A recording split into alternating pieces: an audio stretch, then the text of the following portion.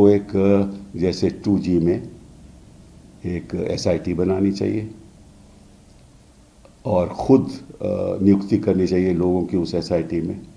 वो इंडिपेंडेंट लोग होने चाहिए और जो भी डोनेशंस हुई हैं, जिस डोनर ने भी पैसा दिया है, कुछ तो ऐसी कंपनी हैं जो लॉस में चल रही हैं, उन्होंने भी पैसा दिया है। कुछ ऐसी कंपनी है जिनके प्रॉफिट्स जो हैं, जिनकी मुनाफा है बड़ा कमती है, लेकिन डोनेशन बहुत ज़्यादा है। तो ये सब चीज़ें इन्वेस्टिगेशन के ऊपर निर्भर हैं। तो आज तक इतने भ्रष्ट आचार में निहित हमने कोई दल ही नहीं देखा था। ईडी रेड मारती है और उसके चंद घंटों के बाद इलेक्ट्रल बॉन्ड खरीदे जाते हैं। ये कोरिलेशन देखिए, ये कोरिलेशन लोकतंत्र को मृतक कर रहा है, उसकी हत्या कर रहा है। एक पाकिस्तान की कंपनी है, पुलवामा के ठीक बाद बॉन्ड खरीदे जाते हैं। तो जाहिर तौर पर यह तो स्पष्ट हो गया कि इन्होंने भ्रष्टाचार की इंतहा कर दी। आज धीरे धीरे हर एक मामला सामने आ रहा है। 60% इलेक्ट्रल बॉन्ड सिर्फ बीजेपी को गए हैं। 60%, 60% बीजेपी को गया है।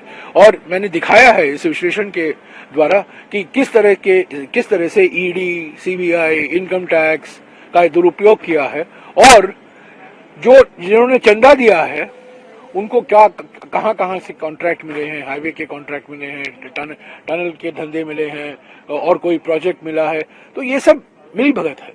आयोग ने जो इलेक्टोरल बॉन्ड्स को लेकर खुलासा किया है कि किस किस ने वो बॉन्ड खरीदे और किस किस को वो बॉन्ड गए, अगर इन दोनों चीजों को आपस में समानांतर तौर पर जोड़ा जाएगा और फिर ये जांच की जाएगी कि कथाकथित जिसने बॉन्ड दिए हैं उसको सरकार की तरफ से या वैसे कोई फायदा तो नहीं। बीजेपी में हिम्मत है, नैतिक साहस है, तो बताए किन कंपनियों से उसने चंदा लिया था। अभी आंकड़े तो बोल रहे हैं और इन आंकड़ों में सबसे खतरनाक बात जो बोल रही है, ये वो कंपनियां हैं जिन्होंने इंफ्रास्ट्रक्चर की कीमतें बढ़ाई थी और इंफ्रास्ट्रक्चर की कीमतें बढ़ाने की इजाजत दी गई और उसके बाद उनसे चंदा लंबा वसूला गया। अब तो लिंक बन गई ना, लिंक साफ हो गई। तो ये है एक हाथ से जनता की कमाई दो और दूसरे हाथ से चंदा लो।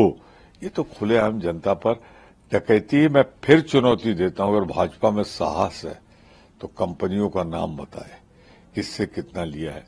ये तो साफ हो गया, कांग्रेस को या कितना मिला, बीजेपी को कितना मिला और वो कहां से मिला, पुलिस तो मिला।